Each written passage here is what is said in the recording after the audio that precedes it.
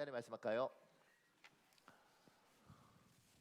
야곱아, 야곱아, 너를 창조하신 여호와께서 지금 말씀하시느니라. 너를 창조하신 여호와께서 지금 말씀하시느니라. 이스라엘아, 이스라엘아, 너를 지으신 이가 말씀하시느니라. 너를 지으신 이가 말씀하시느니라. 너는 두려워하지 말라. 너는 두려워하지 말라. 내가 너를 구속하였고 내가 너를 구속하였고 내가 너를 지명하여 불렀나니 내가 너를 지명하여 불렀나니 너는 내 것이라. 너는 내 것이라. 내가 물 가운데로 지날 때에 내가 물 가운데로 지날 때에 내가 너와 함께 할 것이라. 내가 너와 함께 할 것이라. 강을 건널 때 강을 건널 때에 물이 너를 침몰하지 못할 것이며 물이 너를 침몰하지 못할 것이며 내가 불 가운데로 지날 때에 내가 불 가운데로 지날 때에 타지도 아니할 것이요 타지도 아니할 것이요 불꽃이 너를 사르지도 못하리니 불꽃이 너를 사르지도 못하리니 대전하는 여호와 내 하나님이요 대전하는 여호와 내 하나님이요 이스라엘의 거룩한 이요 이스라엘의 거룩한 이요 내 구원자임이라. 내 구원자임이라. 이사야 43장 1절에서 3절 상반절 말씀. 이사야 43장 1절에서 3절 상반절 말씀. 우리 기도하겠습니다. 우리를 창조하고 지명하여 부르신 여호와 하나님, 우리를 창조하고 지명하여 부르신 여호와 하나님, 두려워하지 않겠습니다. 우리는 하나님의 것이기 때문입니다. 두려워하지 않겠습니다. 우리는 하나님의 것이기 때문입니다. 두려움이 우리를 침몰하지 않게 하옵소서. 두려움이 우리를 침몰하지 않게 하옵소서. 고난이 우리를 사르지 않게 하옵소서. 고난이 우리를 사르지 않게 하옵소서. 어떤 장소 어떤 상황에서도 우리와 함께하여 주옵소서. 어떤 장소 어떤 상황에서도 우리와 함께하여 주옵소서. 예수님의 이름으로 기도합니다. 예수님의 이름으로 기도합니다. 하나님 우리 기도 들으신 줄 믿습니다. 아멘. 아멘. 고맙습니다. 오늘 우리에게 주시는 하나님의 말씀 고린도전서 13장입니다. 제가 이렇게 시작했습니다. 고린도전서는 사도 바울이 고린도 교회에 보낸 편지입니다. 고린도 교회는 하나님의 은사가 풍성했지만 분쟁, 다툼, 시기 등이 난무했습니다. 즉 능력이 많았으나 문제도 많은 교회였습니다. 대한민국에 이렇게 능력 많고 문제 많은 교회들이 정말 많습니다. 사도 바울은 고린도 교회에 발생한 많은 문제의 근원이 사랑의 부족에서 비롯되었다는 것을 깨닫고 사랑을 강조합니다. 그래서 고린도전서 13장은 사랑장이라고 이야기하잖아요. 고린도전서 13장 전체 특히 4절에서 7절을 통해 고린도 교회에 필요했던 하나님이 원하시는 사랑이 무엇인지 살펴보겠습니다. 오늘 예배 가운데 성부 하나님의 은혜와 성자 예수 그리스도의 사랑 그리고 성령 하나님의 충만한 임재가 우리 모두와 함께 하시기를 예수님 이름으로 축복합니다. 아멘. 감사합니다. 사랑이 없으면 1절에 이렇게 나오는데요. 성자 하나님인 예수님의 최대 관심사는 사랑입니다. 주님의 관심사가 뭐냐? 뭐 영혼 구원 이건 이제 우리 입장이고요. 주님이 정말 관심 있는 것 중에 하나가 뭐였냐면 사랑입니다. 사랑. 요한복음 8장이 있습니다. 여러분 읽어볼래요? 시작. 예수께서 이르시되 하나님이 너희 아버지였으며 너희가 나를 사랑하였으리니 이는 내가 하나님께로부터 나와서 왔음이라. 나는 스스로 온 것이 아니요 아버지께서 나를 보내신 것이니라. 요한복음 14장도 있습니다. 여러분 읽어볼래요? 시작. 너희가 나를 사랑하면 나의 계명을 지키리라. 요한복음에 유달리 많이 나오는 게 뭐냐면 네가 나를 사랑하면 그리고 그래서 주님이 계속 관심 있는 게 너 정말 나를 사랑하니? 네가 나 사랑하는 건 맞아? 이걸 요한복음이 계속 이야기합니다. 그래서 예수님은 부활 후 베드로에게도 네가 나를 사랑하느냐고 묻는 거예요. 요한복음 21장 여러분 읽어볼래요? 시작. 예수께서 시몬 베드로에게 이르시되 요한의 아들 시몬아 내가 이 사람들보다 나를 더 사랑하느냐 하시니 이르되 주님 그러하나이다. 내가 주님을 사랑하는 줄 주님께서 아시나이다. 또 두 번째 이르시되 요한의 아들 시몬아 내가 나를 사랑하느냐. 세 번째 이르시되 요한의 아들 시몬아 내가 나를 사랑하느냐. 주님의 관심사는 얘가 나를 사랑할까? 요게 관심사입니다. 주님이 여러분에게 묻고 싶은 것도 이런 거죠. 김 집사, 박 집사, 네가 나를 사랑하느냐? 이렇게 묻는 겁니다. 우리들 중에는 네 이러죠. 근데 또 하나 질문은 뭐냐면 그러면 옛날에 네가 처음 교회에 올 때보다 지금 나를 더 사랑하느냐? 이런 질문도 하나님 하실 것 같아요. 저는 제가 늘 마음에 이런 의문이 있었습니다.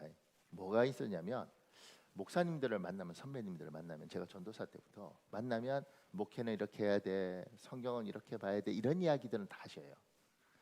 근데 하나님을 어떻게 사랑하는지에 대한 이야기는 잘 안 하셔요. 사랑해라 이런 말을 하시죠. 근데 저는 뭘 듣고 싶었냐면 이런 거였습니다. 전도사 때하고 강도사 때하고 하나님을 사랑하는 게 어떤 차이가 있어요? 강도사 때하고 목사 때하고는 하나님의 사랑이 어떻게 달라져요? 그리고 목사 되었을 때 3개월째, 1년째, 5년째, 3년째, 5년째, 7년째, 10년째 한 30년 목사하면 하나님을 사랑하는 게 처음하고 어떻게 달라져요? 나는 그게 궁금했습니다. 아무도 이렇게 이야기 안 해주더라고요. 저도 이제 목사 된 지 20년이 넘었는데 그때하고 그 안수받던 그날하고 지금 내가 20년이 넘은 이 상황에서 나는 어떤 차이가 있을까? 그때보다 하나님을 더 깊이 사랑할까? 이런 질문을 해보는 거죠. 이렇게. 그때 사랑하는 방법하고 지금하고 어떤 게 더 깊이가 있을까? 이런 생각도 합니다. 그런데 주님이 우리에게 묻고 싶은 건 네가 날 사랑하니? 네가 옛날보다 지금 나를 사랑하니? 그때는 너 정말 나 사랑했는데 그땐 진짜 네가 가난하고 어려웠었잖아. 그리고 너 정말 죽으려고 그랬잖아. 그런데 진짜 네가 그때 나 사랑했는데 지금은 네가 복을 많이 받고 삶의 여유도 있는데 지금은 어땠니? 지금 그때보다 나를 더 사랑하니? 이런 질문들을 이제 하나님이 우리에게 묻고 싶고 우리에게 때로는 대답을 요구하실 때도 있습니다. 여러분은 무슨 대답을 할 수 있는가? 주님은 관심이 있습니다. 얘가 나를 사랑할까? 진짜 사랑하니? 그렇다면 그때보다 지금 더 사랑하니? 사랑은 사람에게 사치품이 아니라 생필품입니다. 1부 때도 느꼈지만 아무 감동이 없네요. 저는 내가 저걸 어디서 읽었을까 아니면 내가 만들었을까 이렇게 생각했을 때 읽은 기억은 잘 없고 내가 문장을 쓰면서 참 하나님 참 기특한 문장인데 어떻게 저렇게 좋은 문장을 근데 1부 때도 아무 반응이 없어서 그래 참 들깨고 오신 분들이니까 2부는 그래도 괜찮을 줄 알았는데 보세요. 하나님은 세상을 창조하실 때 빛, 물, 먹을 것들 생활 필수품을 만드셨습니다. 생필품이 없으면 사람은 생존할 수 없습니다. 그러니까 생필품이 없으면 사람은 못 삽니다. 그러니까 햇볕 일조량 부족하면 비타민 A, B, C, D 뭐 이런 거 부족하면서 각기병 생기고 뭐 야맹증 생기고 이렇게 하는 거잖아요.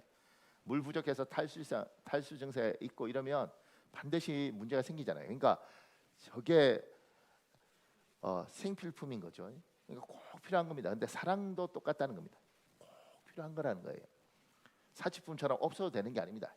사랑은 사람에게 생필품 중 하나입니다. 사랑 없으면 세상 만물이 사람에게 무의미할 뿐입니다. 그래서 돈 많고 우리는 돈 없고 가난하고 힘들면 죽는다고 생각하잖아요.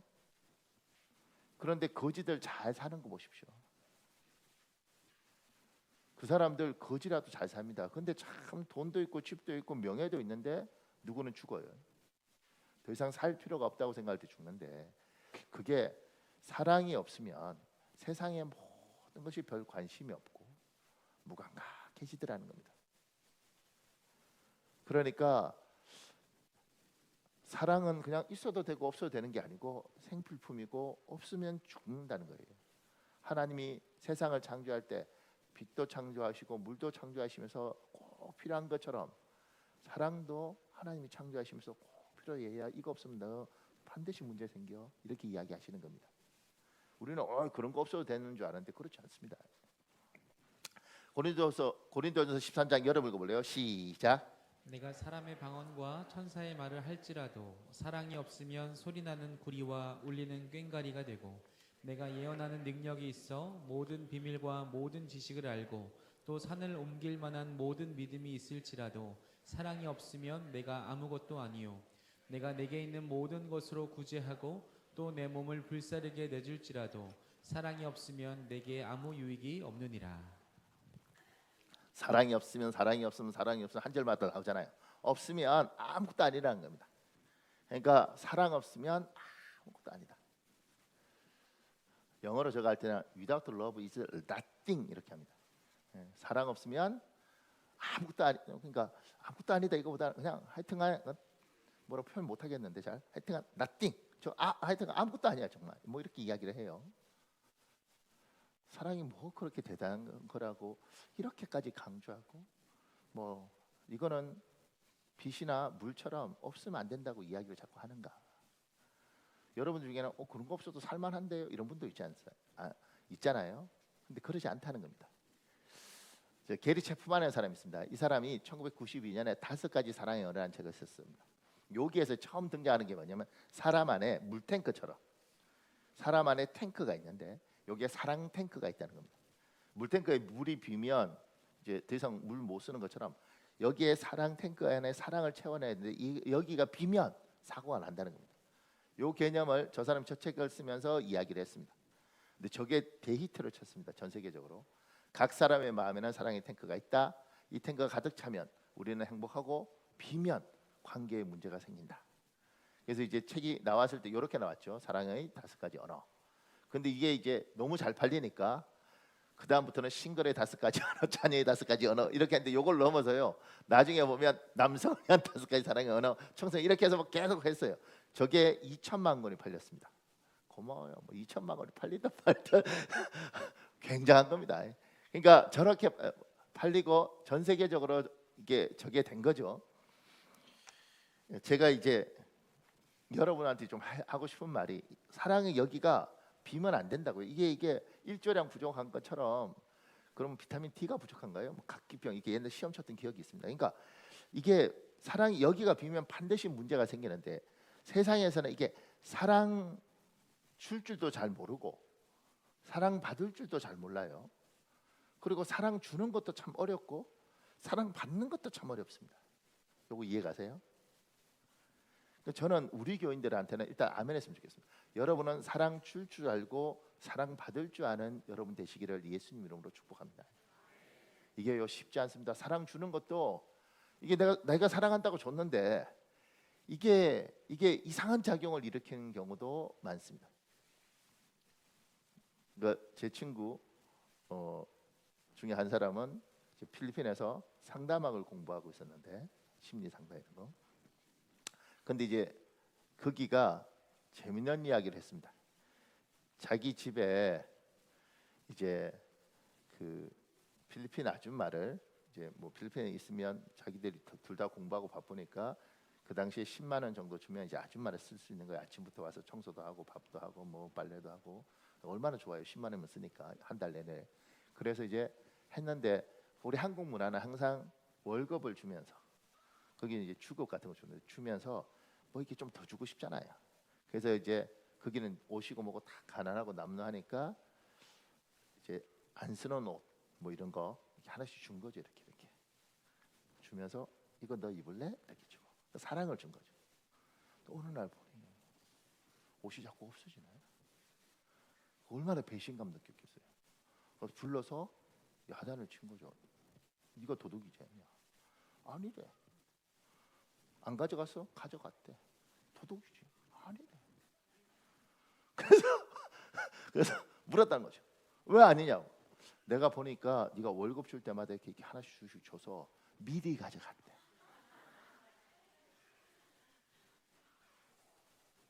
사랑 주는 거 쉽지 않는 거예요. 근데 그 동네는요 그런 거 많습니다. 제 친구 선교사 이제 아줌마 이렇게 쓰는데 우리는 이렇게 밥 먹을 때 그냥 일 시키고 밥 먹고 이게 뭐 아주 재벌집에서 그러지 뭐지만 우리 같은 서민들은 그게 아니잖아요. 거기서 있으면서 워낙 싸니까 이제 그리고 일이 바쁘니까 이제 이렇게 썼는데 이렇게 와서 이렇게 하면 아유 같이 밥 먹어 이렇게 한 거지 이렇게. 그래서 이제 근데 걔들은 이제 밥 먹는 것도 어려우니까 같이 밥 먹는 거지 이렇게. 근데 또 밥 먹고 일어나서 막 설거지하고 이래야 될 텐데 앉아 있어봐. 내가 커피 다 줄게. 그리고 한국 문화는 그렇게 하는 거잖아요. 어느 날 보니까 얘는 밥 먹고 앉아 있고 자기가 커피 타서 멀리 하고 있더래. 설거지하고 이게 뭐지 이렇게. 그러니까 사랑을 줘봤는데 이게 주는 것도 이게 지혜가 많아야 되고 그다음 받는 사람도 이게 제대로 받아야 되는데 이상한 사람들 많습니다.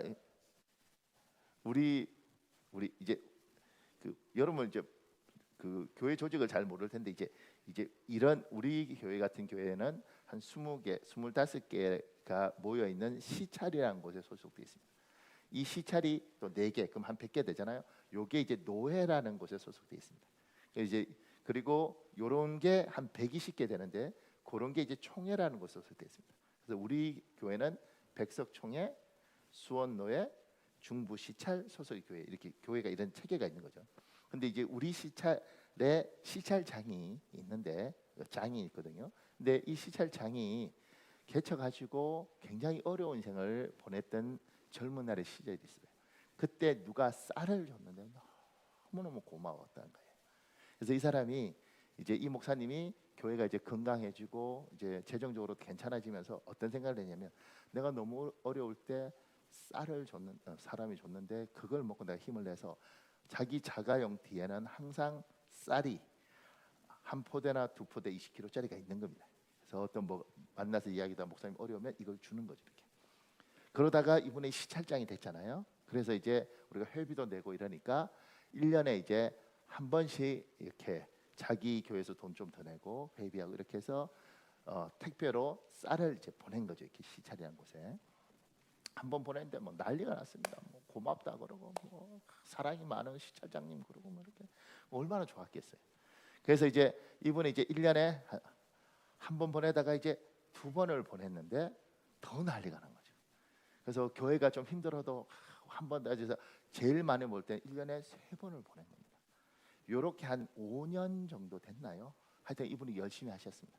그래서 1년에 한두 번은 반드시 하고 많을 때는 3번까지 하시고 이렇게 이제 이렇게 한 5년 전에 첫 해는 막 날리고 고맙다 그러고 뭐 하늘의 상급이 클 거라고 그러고 이러다가 얼마 전에 모였는데 이렇게 이야기하더라고요. 그 목사님 중에, 목사님 쌀 안 보내세요? 우리 다 떨어져 가는데.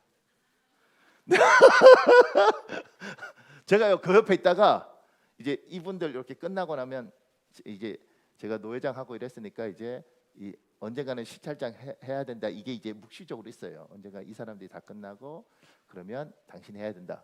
그러면 저는 이제 그래서 보고 있잖아요. 나중에 그럼 나도 쌀을 돌려야 되는 거. 이따가 그날 내가 돌리면 안 되겠다. 이게요. 그걸 너무 놀랐습니다. 빨리 보내. 뭐 이렇게 하니까 야 이게 선한 마음에 해서 사랑 줬는데 사랑도 잘 받을 줄 아는 사람한테 줘야지. 이게 잘 되지 않으니까 주는 사람도 어려워 죽고 받는 사람도 이상해지고 이렇게 되는 거죠. 그러다 보니 교회 안에서도 사랑 주는 것도 두렵고 받는 것도 두렵더라. 다 끊어지는 거예요. 이렇게. 이거는 여기에 채워 넣어야 되고 이게 없으면 문제가 생기고 일조량 부족한 것처럼 똑같은데 우리가 점점 더 인간관계가 어렵고 이상한 사람들도 만나고 상처 많은 사람도 만나다 보니까 주는 것도 어렵고 받는 것도 어려운 세상에 우리가 산다. 그래서 세상 사람들은 점점 안 하죠. 이렇게. 우리는 세상이 그러니까 그럼 나도 이렇게 갈 건가? 힘들어도 우리는 주님의 법칙이 사랑은 없으면 다 죽으니까 애야 나는 네가 그래도 사랑 주고 사랑 받을 줄 알았으면 좋겠다.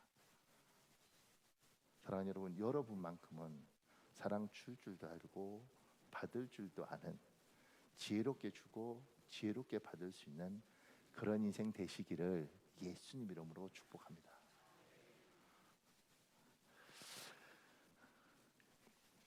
보세요. 세상은 사랑을 생필품이 아니라 사치품처럼 취급합니다. 세상은 온통 사랑 타령입니다. 그래서 노래, 가사, 드라마나 영화, 주제, 로맨스 소설 모두 사랑 타령입니다. 그런데 세상에서 사랑은 재미거리나 흥미거리로만 취급됩니다. 그래서 너무도 이상하고 황당한 이야기가 난무합니다. 하나님이 사랑 주고 사랑 받아라, 야 사랑은 꼭 필요해. 그럴 때 이 사랑이 인간들 속에서 이상하게 왜곡되고 뒤틀어져 있는 겁니다. 우리 성경에 보면 마가복음 6장에 조 이야기가 나오잖아요. 저게 뭐냐면 헤로디아란 여자가 있는데 그 사람에게 딸이 있습니다. 성경에 그 딸의 이름이 나오지 않는데 요세푸스라는 역사학자가 그 딸 이름을 찾아보니까 살로메라는 거예요. 그래서 헤로디아의 딸 살로메가 있습니다. 이 헤로디아라는 여자는 어떤 여자냐면 남편이 죽고 나서 남편의 이복형이 헤롯 왕과 결혼한 여자입니다. 그러니까 이 헤롯 왕 헤로디아의 딸 살로메는 아버지가 죽고 난 후에 삼촌이 아버지가 된 케이스인 거예요. 근데 이제 저 소설에서는 이제 둘이 막 이렇게 불륜을 저지르다가 뭐 이런 식으로 이제 사용을 해놨는데, 근데 어쨌든 살로메란 저 여자 아이가 그 성경이 아니고 그게 희곡인데, 희곡에는 이렇게 돼 있습니다. 오스카 와일드라는 사람이 살로메라는 희곡을 썼는데, 그게는 어떻게 돼 있냐면 이런 내용이 돼 있습니다.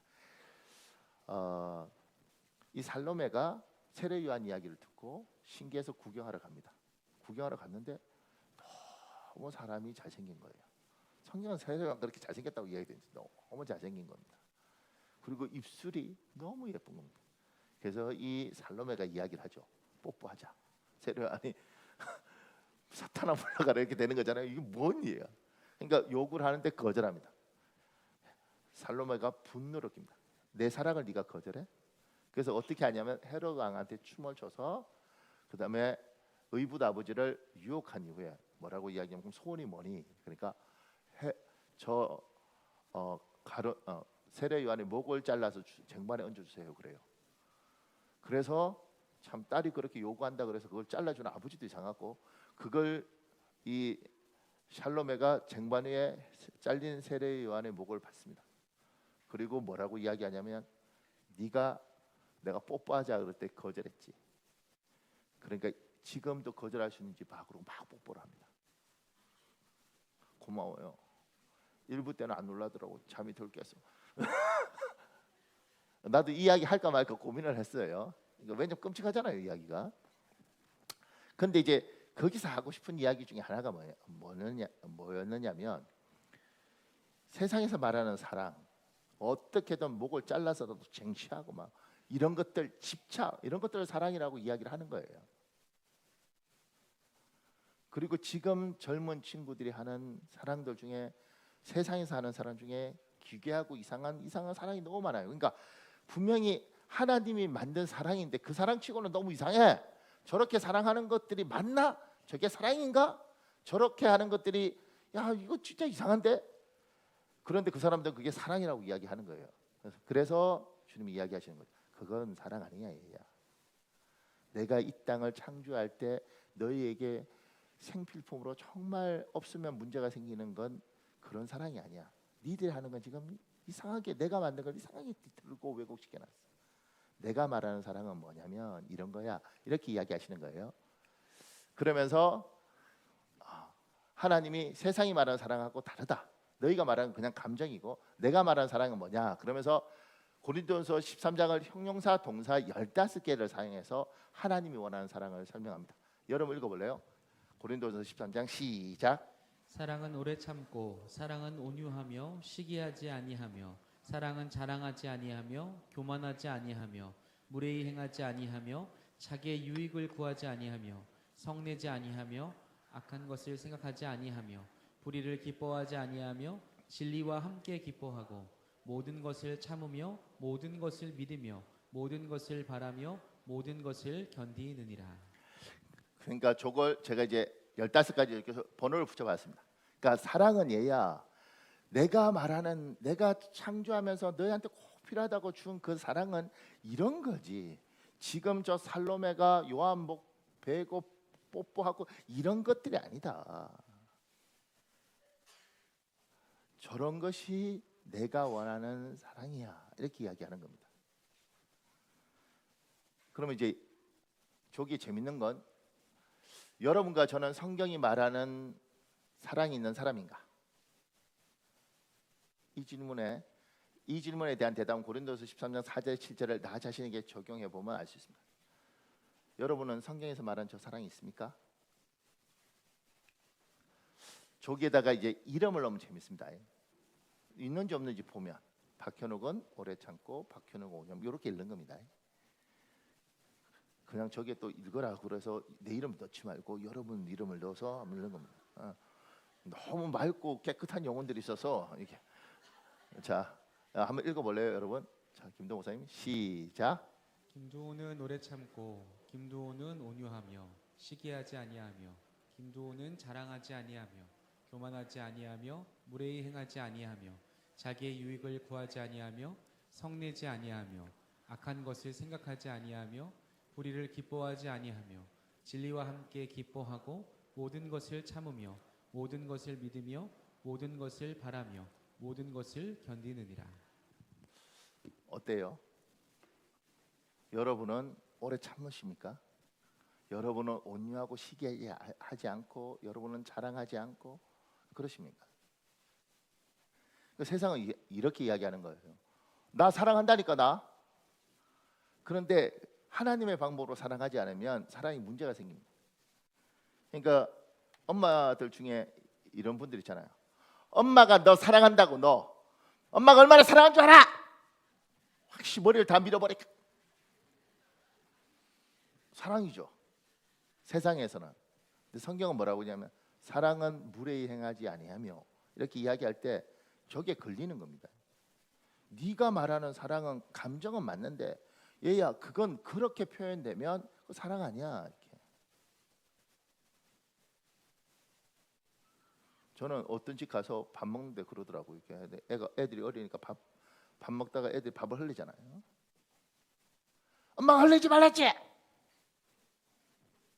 근데 그때 남편이 순간 놀라서 밥알을 떠셨죠. 당신 흘리지 마세요. 그분은 이렇게 말합니다. 저는 남편과 아이들을 많이 사랑합니다. 그러니까 맞죠. 세상은 그걸 사랑이라고 이야기하는지 모르겠지만 성경은 뭐냐면 무례해 그러면 사랑하지 않는다는 거예요. 아니 애한테 밥 흘리지 말라고 남편한테 야 당신 흘리지 마세요. 뭐 이렇게 할 때 사랑 아니라는 거지. 우리는 우리 방식으로 우리 멋대로 사랑하는데 주님은 얘야 그건 생필품이 아니야. 그렇게 가면 오히려 너의 인생과 너의 삶을 너의 가정을 다 파괴하는 거니까 사랑은 그렇게 하는 게 아니라 네가 사랑하면 무례히 행하지 말아라 얘야. 목소리 어떻게 해요? 자꾸 흘리는데 엄마는 이거 흘려도 사랑한다 얘야. 확 머리털을 뽑아버릴까? 이렇게만 안 하면 되지. 그러니까 제가 이렇게 보면서 야, 참 쉽지 않다. 그런데 우리가 하나님이 저렇게 이야기할 때 저 말씀을 지켜가는 것. 그래서 세상 사람도 사랑하는데 예수쟁이들은 참 사랑이 뭔가가 좀 달라. 자세히 보니까 오래 참고 그리고 온유하고 시기하지 않고 저 사람들의 사랑은 좀 달라. 그럼 이렇게 말하죠 우리가. 여기는 세상에서 말하는 세상으로부터 온 사랑이고요. 이건 하나님으로부터 온 사랑이에요. 하늘의 사랑은 이런 거예요. 우리도 이게 몰랐는데 이렇게 사랑하는 거라고 하나님이 말씀하셔서 우리도 배워가고 있어요. 저는 결혼해서 부부 사이 안 좋잖아요 많이. 왜 안 좋을까 이렇게 보면 결혼해서 마누라한테 맨날 야단 맞아. 흘리지 마라. 당신이 나이가 몇인데 바보냐. 이는 닦았냐. 눈곱 떼고 가. 마누라한테 그렇게 한 20년 들으면 마누라가 아니고 엄마요. 엄마한테 뽀뽀하는 어른이 어디 있어? 그렇지 않겠어요? 그러니까 점점 그 관계를 그렇게 만들어 놓은 거지. 우리 집안 저는 결혼해서 참 재밌었던 게 결혼했잖아요. 뭐 알고 결혼했겠습니까? 그 나이에 그냥 어떻게 하다 보니까 결혼을 했습니다. 결혼을 했는데 그러니까 뭐 결혼할 때 뭐 좋아했겠죠. 뭐 하여튼간 뭔지 모르겠지만 결혼을 했습니다. 결혼하고 아침에 집사람이 칫솔을 이렇게 가져와서 치약을 짜서 이렇게 가져왔더라고요. 그러면서 뭐라고 하냐면 목사님 그때 전도사였나 그런데 전도사님 치카치카 하세요 딱 이러더라고. 이야 그거 복잡합니다. 나는 유치원을 안 다녔기 때문에 치카치카가 뭔지 모르는데 딱 들으면 알겠더라고. 그래서 이제 이를 닦고 있는데 한참 닦고 있는데 좀 있다가 물컵에 물을 들고 왔어요. 그러면서 뭐라고 하냐면 선생님 푸카푸카 하세요. 그 순간 뭐가 됐냐면 머리가 막 복잡하고 이게 말이 되나 이렇게 생각했는데 결혼 잘했다 이 생각이 들더라고. 그 가만 생각해 보니까 유치원 선생이니까 유치원에서 애들하고 늘 하던 대로 치카치카해 푸카푸카해 이렇게 한 거죠. 고맙지. 응가할래요 이런 거. 그러니까 제가 이렇게 결혼하면서 이렇게 존중해주고 처음에 그렇게 반말도 안 쓰고요. 50 넘으니까 반말을 응원했어요. 말이 자꾸 짧아져. 근데 젊었을 때 그렇게 존댓말 쓰고 어쨌든 내가 2살 오빠잖아요. 그러니까 쓰고 치카치카 푸카푸카 이렇게 하니까 우리 집은 부부 사이가 좋았죠. 근데 50 넘으면서 자꾸 은근히 반말 쓰고 들을 때마다 왜 반말 쓰지? 내가 2살 오빠인데 하면서 관계가 조금 복잡해. 이제 치카치카 푸카푸카도 안 해. 이렇게 묻죠. 이따 깠어요? 내가 나이가 몇 살인데? 그러니까 하나님이 원하는 방법들로 사랑을 하면 신뢰도 깊어지고 고맙기도 하고, 물론 힘들죠. 에너지를 더 많이 소비해야 되고 노력을 더 해야 되고, 근데 이거는 우리를 건강하게 만들고 감사하게 만들고 이 관계가 참 복이 있도록 만드는데, 이 세상의 방법대로 하면 관계가 깨집니다. 그리고 내가 사랑하면 할수록 저쪽이 더 부담스러워할 때가 많습니다.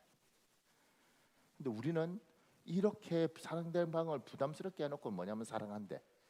내가 널 이렇게 사랑하는데 네가 나한테 상처를 줬대. 내 사랑을 안 받아줘서. 받아주고 싶겠어? 흘리지 말라고요 당신도! 이렇게 하면 그거 듣고 싶겠어요?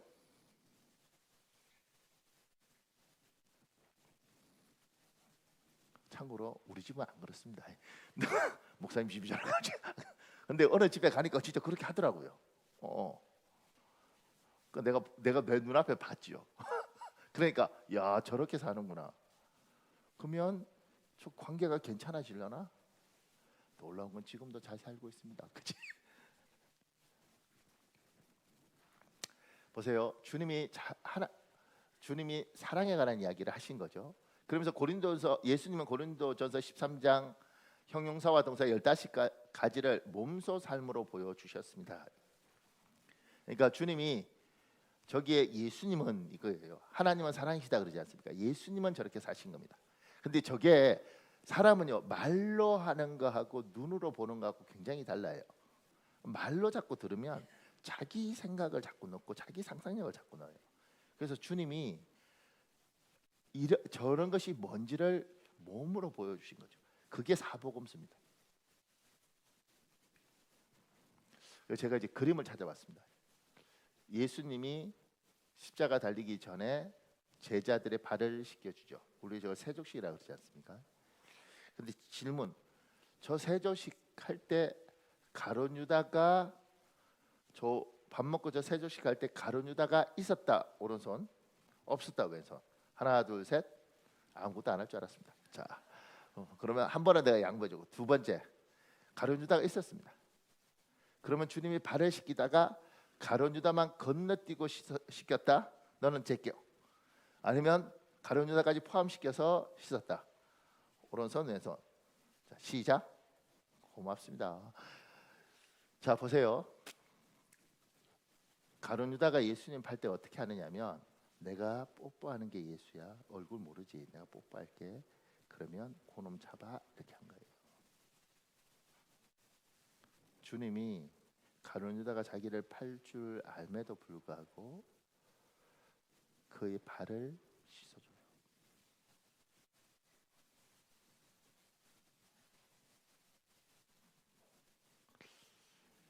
아니 왜 그렇게까지 하실까? 너는 빼. 이런 것도 아니고.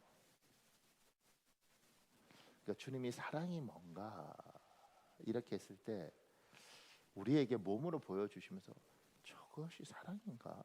저렇게까지 하실 필요가 있나?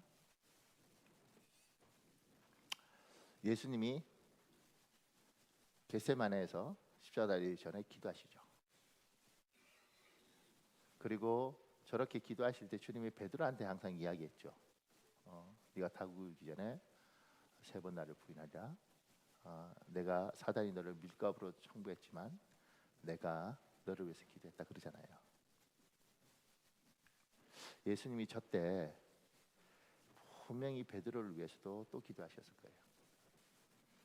닭이 울면 배말할 그놈을 위하여. 참고로 베드로는 진짜 대한민국에 안 태어나기 위해서 다행인 줄 알아야 됩니다. 이렇게 치킨집 많은 집에서 태어나서 아주 경기를 했을 거예요. 닭 볼 때 이렇게. 그러니까 분명히 닭 울면 나를 배신할 그 사람을 위하여 주께서 왜 그렇게까지 하시지?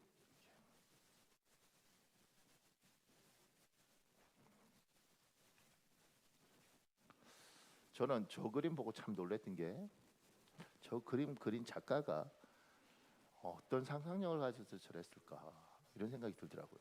처음에는 굉장히 가슴 아팠고 뭐 그림 볼 때 힘들더라고요. 야, 우리 예수께서 저렇게 매달릴 수도 있겠다. 왜냐하면 이따가 끊어질 수 있잖아요. 쌀이니까 이렇게 저렇게 매달릴 때 생각해 보세요. 저 때 주님의 제자들 싹 다 도망갔습니다. 베드로가 뭐고 싹 다 도망갔습니다. 같이 죽을까 봐.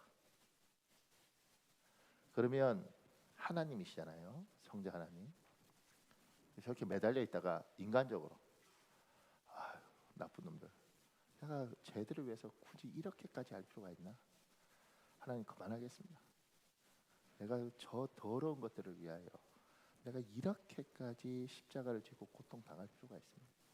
필요하면 달면 따라와서 뭐 예수님 어쩌고 이러다가 아프면 고쳐달라 그러다가 힘들면 도와달라 그러다가 결국은 내가 이렇게 되면 도망갈 저것들을 위하여 내가 굳이 십자가에 저렇게까지 매달려야 되겠습니까? 주님이 그런 마음이 드셨을 거라는 거예요. 그런데 주님은 끝까지 매달리셔서 순교하시잖아요. 저기 주님의 제자들이 십자가 달 때 저기에 베드로, 안드레, 저 십자가를 저런 식으로 매달리는 거죠. 빌립 돌에 맞고 주님이 마지막까지 매달리면서 끝까지 믿어주고 끝까지 신뢰해주고 그러면서 사랑이 뭔지를 몸으로 보여주시는 거죠.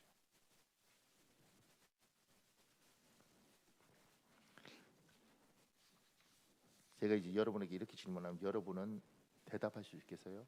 그러면 주께서 여러분에게 사랑은 오래 참고 사랑은 시기하지 않고 그러니까 너도 내 사랑은 이런 거니까 너도 이렇게 살아라. 그럼 여러분은 그렇게 살 수 있습니까? 주님은 우리한테 고린도전서 13장을 통해 사랑이 뭔지 가르치고 저렇게 복음을 통해서 온몸으로 표현했습니다. 그리고 너 이렇게 살아라. 이렇게 하는데 아멘. 주님 저도 그러면 인내하고 참고 가룟 유다의 발을 씻기듯이 제가 이렇게 섬기고 저도 이렇게 살겠습니다. 근데 실제로 그렇게 살아지느냐는 거죠. 내 힘으로 그걸 할 수 있느냐는 거예요. 그리고 실제로 그렇게 하면 내 힘으로 그렇게 하면 난리 납니다. 왜냐하면 나 봤지? 내가 얼마나 힘든데 섬기는 거 봤지? 니들 믿으면 믿음도 아니야. 내가 어떻게 하는지 봤지? 나 따라해야 되는 거야. 이렇게 할 걸요 아마. 교회에서 40일 제 친구는 40일 금식 2번 했는데 진짜 의롭습니다. 같이 있으면 걔가 제일 의롭습니다. 말을 안 하죠. 가만히 있는데 나중에 보면 40일 금식 2번 했잖아 내가. 그 순간 천하는 조용해야 됩니다. 기도하고 있죠. 40일 금식 3번 한 놈이 나타나기를. 의로운 것 내 힘으로 하면 반드시 내 의가 나타납니다. 주님이 사랑하라.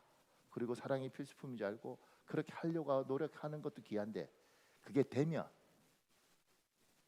내 의가 되고 그렇게 못하는 사람을 정죄하게 돼 있더라고요. 보세요. 13절에 그런즉 믿음, 소망, 사랑 이 세 가지는 항상 있을 것인데 그 중에 제일은 사랑이라 이렇게 되어 있지 않습니까? 저 말은 뭐냐면 믿음, 소망, 사랑은 영원하다는 거예요. 끝까지 있다는 겁니다.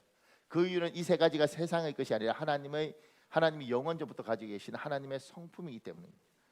보세요. 고린도전서 요한일서 4장 여러분 읽어볼래요? 시작. 사랑하지 아니하는 자는 하나님을 알지 못하나니 이는 하나님은 사랑이심이라. 하나님이 우리를 사랑하시는 사랑을 우리가 알고 믿었노니 하나님은 사랑이시라.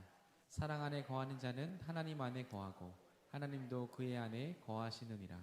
믿음, 소망, 사랑 그건 영원히 있을 거라고 이야기하는데 그 중에 사랑이 제일이라 그러지 않습니까? 그래서 예수님 하나님이 뭐라고 하냐면 하나님은 사랑이다 이렇게 이야기합니다. 그 말은 하나님이 존재하는 한 사랑도 영원히 존재한다는 겁니다. 그분이 사랑이고 그분의 속성이 사랑이고, 그러니까 하나님이 모든 것이 다 사랑이라는 게 아니라 하나님의 속성 중에 사랑이 엄청나게 많은 부분을 차지하고 있다고 이야기를 하는 겁니다. 사랑은 하나님의 속성이기에 성령 하나님이 우리 안에 오시면 우리의 성품에 사랑이 흘러나오기 시작하는 건 당연한 것입니다. 갈라디아서 5장 22절 23절인데 여러분 읽어볼래요? 시작. 오직 성령의 열매는 사랑과 희락과 화평과 오래 참음과 자비와 양성과 충성과 온유와 절제니 이 같은 것을 금지할 법이 없느니라. 보세요. 여러분과 제가 착각하면 안 되는 것이 사랑은 이런 거야. 그러니까 사랑해. 그리고 사랑하려고 노력하는 건 가상합니다. 근데 우리는 그렇게 사랑할 수가 없습니다. 하다 보면 열받고 하다 보면 남은 호구되는 것 같고 왜 나만 오래 참아야 되는 생각이 들고, 그러니까 인간적으로 시작하다가 어느 순간인가 폭발하게 돼 있습니다. 그게 인간이고 그게 사람입니다. 그러니까 하나님의 말씀은 지켜보다 보면 못 지킨다는 걸 알게 됩니다. 나만 양보하고 나만 억울하고. 우리 교회 어떤 여자 성도님 와서 그러더라고. 목사님 주일날 와서 맨날 목사님은 기도해라, 참아라, 용서해라 뭐 이렇게 이야기하시는데 왜 맨날 우리 남편은 안 참고 나만 참아야 됩니까? 이렇게. 내가 그러죠. 남편이 교회를 와야 그런 이야기를 듣지. 남편이 안 믿는데. 그러니까 혼자 참고 양보하고 이게 억울하죠. 그러니까 여러분에게 사랑이 뭔지 알고 그렇게 살라고 이야기하지만 그건 우리가 그렇게 살 수 없습니다. 그러니까 하나님이 어떻게 하시냐면 예수를 믿으면 그렇게 살도록 하십니다. 그래서 하나님이 사랑이고 하나님의 성품이 사랑이니까 성령 하나님이 우리 안에 오시는 겁니다. 이렇게 예수를 믿으면 성령을 받고 성령이 우리 안에 오시면 하나님의 성품 중에 저렇게 9가지가 있는데 그 중에 사랑을 만들어내는 겁니다. 이렇게 사랑하도록 하나님이 우리 안에서 작용을 하시는 겁니다. 보세요. 그래서 빌립보서 1장 6절인데 여러분 읽어볼래요? 시작. 너희 안에서 착한 일을 시작하신 이가 그리스도 예수의 날까지 이루실 줄을 우리는 확신하노라. 하나님이 우리 안에 오셔서 이 사랑을 저기 너희 안에 착한 일을 시작하신 성령 하나님이란 말이에요. 하나님께서 우리 안에 오셔서 하나님께서 저 사랑하는 것들을 만들어내기 시작하는 겁니다. 그래서 사랑의 저 15가지를 우리 인생 살면서 하게 하시는 거예요. 그러니까 목사님 저희 집안은 피가 탐욕스럽고 우리 집안은 문화 자체가 사랑이 없고 정이 없는 사람이라서 절대 저렇게 해도 예수는 믿어도 우리는 사랑이 넘치지도 않고 사랑을 흘려보내지도 못합니다. 이렇게 이야기할 때 주님은 변명하지 마. 네가 하는 게 아니라 하나님이 오시면 그걸 만들어가. 그러면 순종해. 이렇게 이야기하는 거예요. 예를 들면 저는 사랑은 시기하지 않고 있지 않습니까? 근데 누가 시기하고 싶어서 시기하나? 시기가 되는 건 어떡하겠습니까? 여러분은 천사처럼 태어나서 안 되는지 모르겠지만 나는 되더라고요. 더 놀라운 건 목사들 사이도 그렇습니다. 목사님들 사이에도 우리 목사지만 사람 아니겠어요? 목사님들 중에도 큰 교회, 작은 교회, 많이 배운 목사, 못 배운 목사 이러면서 서로 시기하고 질투합니다. 저도 인간이고 저도 그렇습니다. 그런데 그러니까 사랑은 시기하지 않아야 되는데 시기가 되더라고요. 어느 날 어떤 목사님 만났는데 제가 보니까 이 목사님은 말주변도 별로 없고 그렇다고 공부를 많이 하거나 샤프한 사람도 아니고, 근데 아버지가 큰 교회 목사님이라서 그 교회를 물려받아서 그냥 큰 교회 담임 목사가 됐습니다. 그리고 더 놀라운 건 그렇게 그러면 실력 없는 목사인데 그러면 교인들이 다 떠나서 딴 교회 가야 되는데 교인들이 떠나지도 않아요. 그래서 묻잖아요. 은혜가 안 되잖아요. 은혜가 된대. 들을 거 별로 없잖아요. 아니요, 좋습니다. 그럼 더 기분 나쁘죠. 이게 뭐지? 이렇게.